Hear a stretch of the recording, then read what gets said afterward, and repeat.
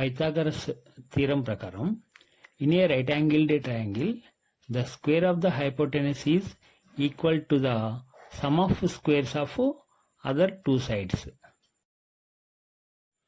Right angled triangle అంటే ఒక ట్రయాంగిల్లో ఉన్న 3 యాంగిల్స్లో ఒక యాంగిల్ 90 degrees ఉండాలి. ఇక్కడ స్క్రీన్ మీద మీకు కనబడుతున్న ట్రయాంగిల్ రైట్ యాంగిల్ ట్రయాంగిల్, ఎందుకంటే ఒక యాంగిల్ 90 degrees ఉంది కాబట్టి. రైట్ యాంగిల్కి ఆపోజిట్ ఉండే సైడ్ని హైపోటెనస్ అంటాము.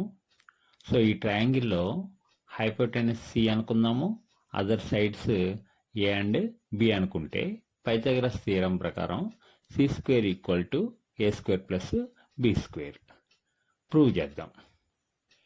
ఈ ట్రయాంగిల్ ఇంకొక 3 కాపీస్ ఈ విధంగా అరేంజ్ చేద్దాం.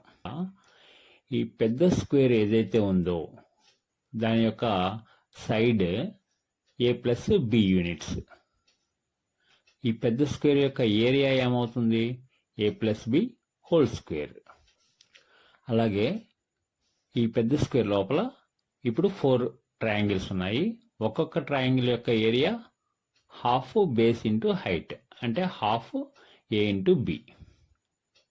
సో 4 ట్రయాంగిల్స్ యొక్క ఏరియా ప్లస్ ఈ లోపల ఉన్న చిన్న స్క్వేర్ దాని యొక్క సైడ్ సి అవుతుంది. ఆ స్క్వేర్ యొక్క ఏరియా సి స్క్వేర్ అవుతుంది. సో ఈ మొత్తం యాడ్ చేస్తే 4 into half AB plus C square. ఇది దేనికి ఈక్వల్?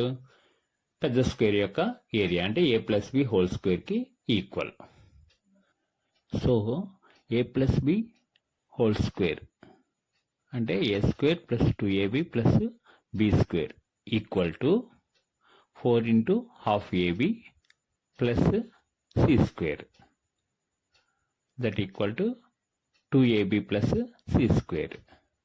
సో 2ab అనేది బోత్ సైడ్స్ క్యాన్సిల్ అయితే C square equal to A square plus B square.